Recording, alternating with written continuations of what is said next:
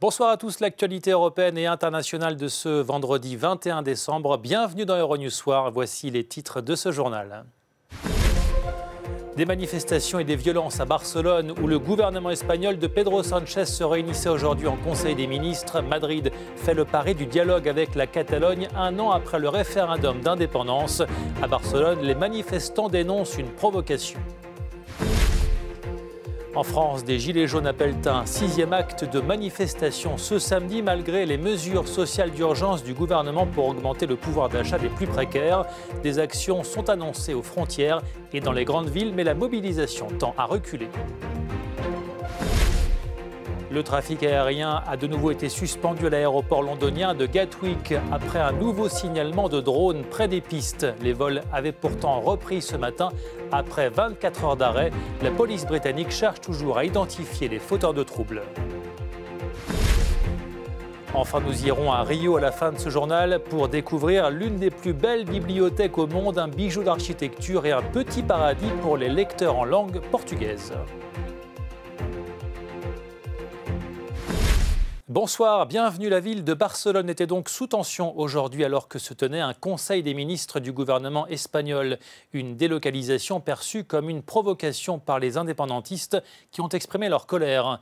Un an après le référendum d'indépendance en Catalogne et les arrestations de leaders du mouvement, le Premier ministre Pedro Sánchez tente de renouer le dialogue entre Madrid et Barcelone.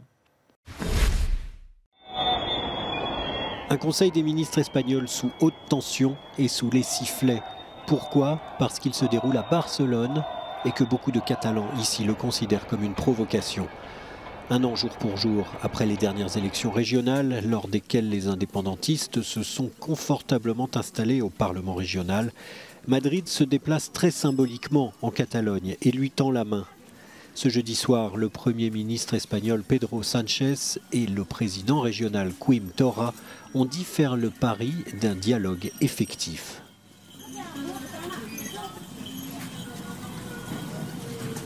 Mais ce Conseil des ministres délocalisé devait aussi annoncer d'importantes mesures sociales, notamment une revalorisation de 22% du salaire minimum, qui va donc atteindre 900 € net. Réclamés de longue date, des investissements dans les infrastructures catalanes devaient aussi être annoncés, ainsi qu'une hausse générale du salaire des fonctionnaires.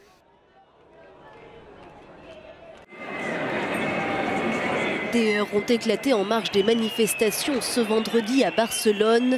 Des routes ont été bloquées et des milliers de personnes ont défilé dans les rues pour s'opposer au Conseil des ministres du gouvernement espagnol qui s'est tenu ce jour dans la cité catalane. Une provocation selon les indépendantistes.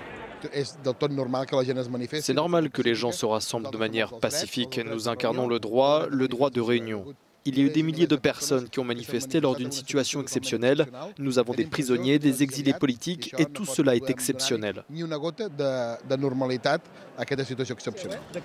Des manifestants auraient tenté de franchir les cordons de sécurité sur les Ramblas. Les policiers auraient alors donné la charge au moins à 3 reprises. Depuis le début de la journée, les forces de l'ordre auraient procédé à une douzaine d'interpellations après ces affrontements qui auraient fait une 50aine de blessés, pour moitié des policiers, selon les autorités régionales. Des manifestants ont commencé à déplacer les barrières. Les policiers ont prévenu qu'il y aurait une charge. Ils ont commencé à charger et nous sommes ici pour soigner les blessés victimes de contusions. Ce Conseil des ministres s'est tenu plus d'un an après la tentative de sécession de la région qui a échoué et un an jour pour jour après les dernières élections lors desquelles les indépendantistes ont confirmé leur majorité au Parlement régional. Les tensions étaient très vives dans les rues de Barcelone. Malgré la rencontre symbolique entre Pedro Sánchez et Joaquim Torra et les appels au calme des derniers jours, il n'a pas été possible d'échapper aux scènes de violence et aux arrestations dans les rangs des indépendantistes, même si la plupart des manifestations se sont déroulées pacifiquement dans les principales rues de la ville. En France, des Gilets jaunes appellent à poursuivre la mobilisation malgré les mesures sociales d'urgence annoncées par le président Macron, dont une hausse du salaire minimum ou encore des gestes fiscaux pour les salariés et les petites retraites. Sur le terrain, le Premier ministre joue les Pères Noël. Maxime Bios-Duplan. Édouard Philippe lance le grand débat national sur les mesures sociales et part à la rencontre des Gilets jaunes. Le Premier ministre français était ce vendredi à Saint-Thirier-la-Perche, en Haute-Vienne, pour y rencontrer des ouvriers, en l'occurrence ces employés d'une coopérative de pommes. Je suis au SMIC, j'ai 1 220 € avec ma prime d'ancienneté. Mon mari a le SMIC, j'ai 3 enfants. Séance cordiale de questions-réponses, puis dégustation de pommes. Une ambiance qui contrastait avec les insultes qui ont fusé du groupe de Gilets jaunes rassemblés non loin de la mairie de Saint-Thirier, où Édouard Philippe s'est rendu. Merci beaucoup pour votre accueil et pour les pommes. C'est là, après sa rencontre avec des maires, qu'Édouard Philippe a annoncé que des Français seraient tirés au sort pour discuter des résultats du débat national. L'idée, c'est de faire en sorte que là encore, des Français qui ne sont pas forcément les plus impliqués dans la vie publique, dans le débat public, puissent donner leur avis sur le débat et donner leur avis sur les propositions. Alors que devaient être adoptées dans la soirée les premières mesures sociales du gouvernement, sur le terrain, quelques groupes de gilets jaunes poursuivaient leurs actions envers et contre tout, comme ici dans la Somme. C'est pas facile, quand on repart le soir, il y a des moments c'est comme si on avait fait une journée de boulot, quoi. Des fois on est là 10h, 11h, et avec le froid, le vent, la pluie, donc c'est pas facile. Et puis, mais on se dit que si on fait marche arrière là, si on arrête là, on aura fait tout ça pour rien, quoi. Ailleurs en France, les barrages bloquants ou filtrants vivaient leurs dernières heures ce vendredi, les autorités ayant eu l'ordre de procéder finalement à leur démantèlement. Les gilets jaunes, il y en a aussi désormais au Portugal. Des actions coup de poing ont été menées à Lisbonne et dans d'autres endroits du pays, même si le mouvement a été peu suivi. Marc Bouchage. Le mouvement des Gilets jaunes français a essaimé au Portugal où se tenait ce vendredi une journée de mobilisation sous la vigilance d'une forte présence policière. Plusieurs groupes constitués sur les réseaux sociaux avaient appelé à des rassemblements et des opérations escargots à travers tout le pays. Sur ces banderoles, ça suffit la corruption ou encore entrons dans l'histoire. Je ressens de la révolte parce que nous sommes constamment lésés et volés par les gouvernements successifs et peu importe les partis politiques. Le peuple est trop pacifique et est resté silencieux pendant trop longtemps et ça ne peut plus durer. Parmi les revendications, des baisses d'impôts, la hausse des retraites les plus basses, des réformes du système électoral et du service public de santé, ou encore alerter sur la crise du logement dans les grandes villes. De légères perturbations de la circulation routière ont été observées à l'entrée des grandes villes. Je suis ici pour protester. J'en ai assez d'être dévalisé par les banquiers et par l'élite politique. Ils prennent tout ce que nous avons et nous laissent rien. Juste un salaire minimum et une retraite honteuse. Les citoyens portugais sont dans la rue pour différentes raisons. Ils ont revêtu des gilets jaunes comme les Français ces dernières semaines. Ils bloquent l'un des principaux accès à la ville de Porto. Il y a aussi des manifestations dans 17 autres villes. À Londres, l'aéroport de Gatwick avait rouvert progressivement ce matin après 24 heures de paralysie due à des drones. Mais ce soir, les vols ont à nouveau été suspendus après un nouveau signalement près des pistes. Gatwick n'en a visiblement pas fini avec les drones. Paralysé depuis mercredi soir, l'aéroport londonien avait finalement rouvert ce vendredi dans la journée. Mais en soirée, le trafic aérien a de nouveau été interrompu pendant 1 heure environ suite à un nouveau signalement de survol de drones. Les autorités tentaient toujours ce vendredi d'identifier les responsables. La police suit plusieurs pistes, mais nous ne savons toujours pas s'il s'agit d'un individu avec des revendications ou s'il s'agit d'une sorte de groupe environnemental, même si personne n'a revendiqué la manœuvre. Nous n'en saurons pas plus tant que la police n'aura pas terminé ses investigations. Alors que des dizaines de milliers de passagers sont affectés par cette paralysie, d'importants moyens policiers ont été déployés par les autorités. L'armée a également été appelée en renfort. De nouvelles mesures doivent être prises par le gouvernement britannique. Je vais m'entretenir avec les autres aéroports pour être certain que tout le monde sache ce qui s'est passé à Gatwick, ce qu'il fallait faire pour améliorer les choses et pour commencer à mettre en place une stratégie pour que cela ne se reproduise plus dans le futur. Une menace sans précédent à une telle échelle. Selon la police, les drones ont été aperçu plus de 50 fois en 24 heures au-dessus de l'aéroport. La législation britannique autour des drones, pourtant renforcée cette année, interdit déjà leur utilisation à moins d'1 kilomètre d'un aéroport. Les coupables risquent jusqu'à 5 ans d'emprisonnement. L'un des djihadistes les plus recherchés a été arrêté. Il est français, son nom Peter Sherif. Il est considéré comme l'un des commanditaires présumés de l'attentat contre Charlie Hebdo. Stéphane Amalian. Le djihadiste français Peter Sherif a été arrêté à Djibouti le 16 décembre selon des sources proches du dossier. Cet homme, surnommé Abu Hamza, était proche des frères Kouachi. Il avait entretenu des échanges réguliers avec les auteurs de la tuerie de Charlie Hebdo. L'homme avait été arrêté une première fois en Irak fin 2004 alors qu'il combattait pour Al-Qaïda. Évadé de prison, il a rejoint la Syrie avant d'être extradé en France, où il a été emprisonné pendant 18 mois. Peter Sherif s'est par la suite enfui au Yémen alors qu'il était en attente de son procès. Les services de renseignement français le soupçonnent d'organiser depuis le Yémen une filière d'acheminement de djihadistes en France.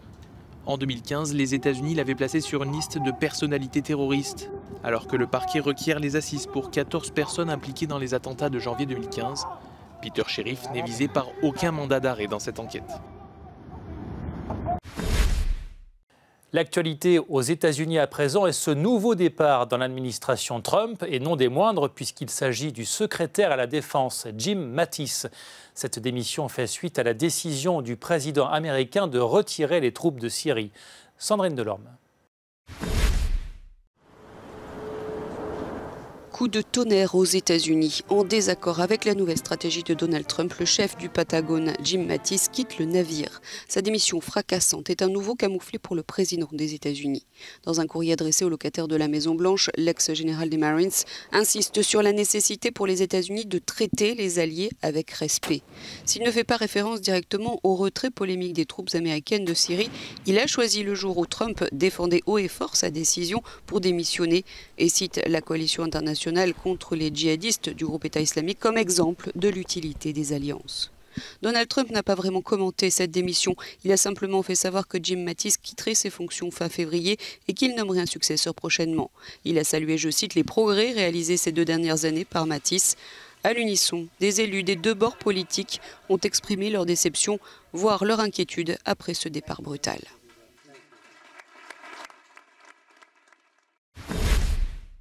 L'actualité en Afrique à présent, en République démocratique du Congo, l'opposition exprime sa colère et son inquiétude suite au report des élections générales. Le scrutin qui était prévu ce dimanche aura finalement lieu le 30 décembre. L'enjeu est de taille, il s'agit de désigner le successeur du président Joseph Kabila à la tête du pays depuis 17 ans.